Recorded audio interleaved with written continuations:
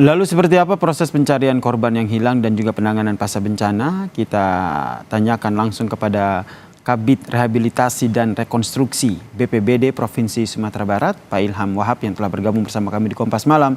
Salam sehat, Pak Ilham. Ini pertama ingin update dulu nih korban terkini. Jumlahnya seperti apa?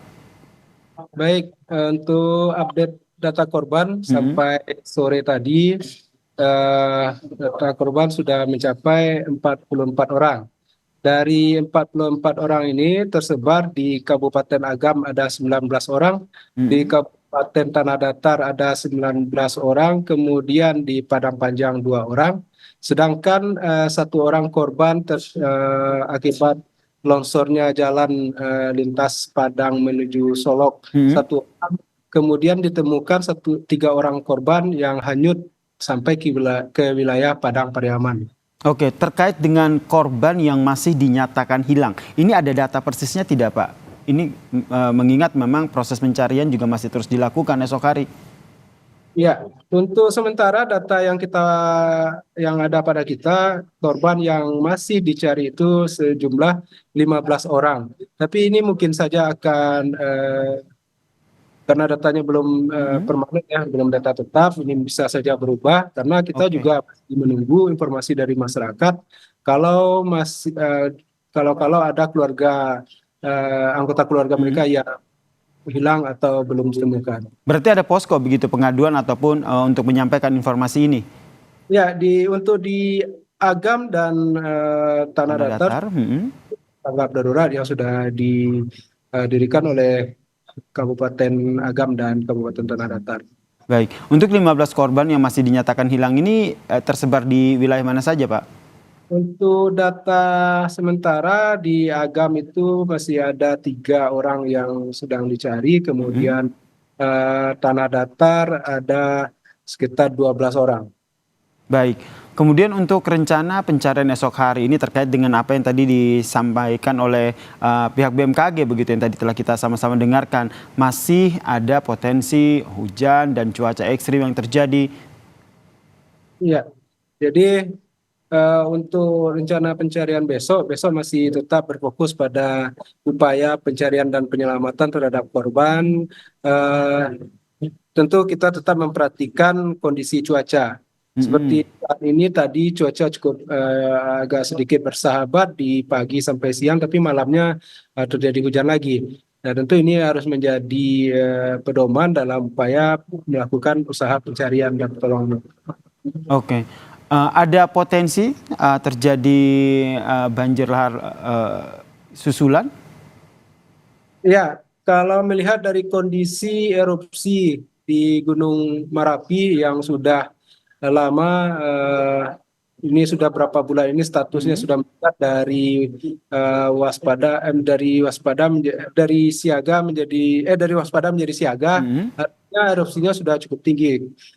Kemudian dari beberapa kali erupsi tentu sudah terjadi endapan debu vulkanik yang berada di lereng Merapi. Tentu ini akan berpotensi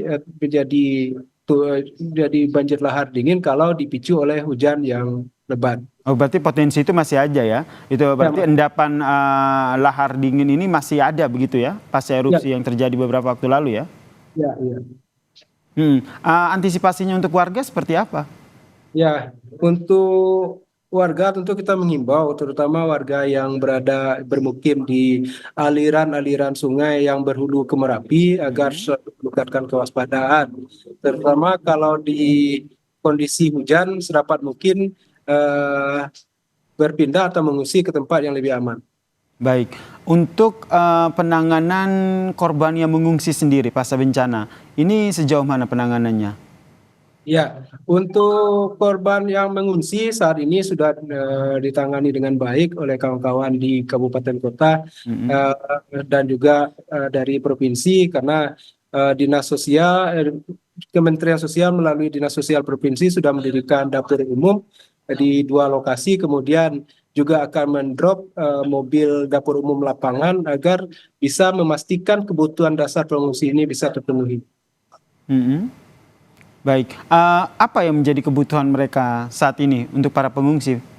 di samping kebutuhan makanan, tentu Mhm. kita juga butuh karena ini pengungsi ada juga eh, lansia, ada Mhm. anak-anak, juga ada ibu-ibu. Tentu kebutuhan asupan makanan bayi, kebutuhan lansia dan kebutuhan kewanitaan ini juga pasti hal-hal yang dibutuhkan untuk para pengungsi. Oke, kemudian tentu ini banyak sekali bantuan yang terus berdatangan baik dari pihak swasta ataupun dari pemerintah begitu. Mengkoordinasikannya seperti apa sehingga memang benar-benar bantuan yang diberikan ini tetap tepat sasaran. Ya. Jadi untuk di Kabupaten Agam, Kabupaten Tanah Datar, sekarang kan sudah ditetapkan status tanggap darurat. Kemudian dalam Hmm. penetapan status ini kan juga ditetapkan struktur penanganan tanggap daruratnya ada, artinya struktur komandonya sudah ada. Tentu dalam struktur ini sudah ada pembagian-pembagian bidang, ada yang ngurus logistik, ada yang ngurus operasi penyelamatan, juga ada yang ngurus masalah fungsi dan kesehatan. Jadi Hmm. dari urusan-urusan ini dalam upaya memastikan semua kebutuhan dasar pengungsi, kemudian perlindungan masyarakat rentan serta Hmm. anak-anak ini harus bisa dipenuhi. Iya, termaksud memastikan pendistribusiannya lancar ya, karena kerap terjadi kalau bencana seperti ini penumpukan bantuan begitu. Ini yang harus dihindari begitu ya Pak ya? Ya, ada informasi kunjungan dari Presiden Joko Widodo pasca bencana ini Pak? Ya, hari ini kami baru saja selesai rapat koordinasi dengan Kepala BNPB Pak Suryanto. Tadi membahas karena akan ada rencana kunjungan Pak Presiden Republik Indonesia Pak Jokowi pada hari Kamis besok kalau tidak ada halangan. Kemudian tentu kita di provinsi tadi arahan dari Pak Kepala Badan, kita akan segera menuju ke lokasi untuk persiapan kunjungan beliau. Baik, kita doakan bersama ya begitu ya Pak Ilham, bahwa semua penanganan bencana ini dapat berjalan dengan baik dan juga optimal, termasuk pencarian korban yang masih dinyatakan hilang.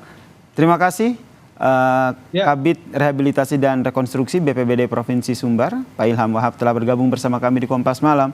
Salam sehat Pak Ilham. ya, terima kasih.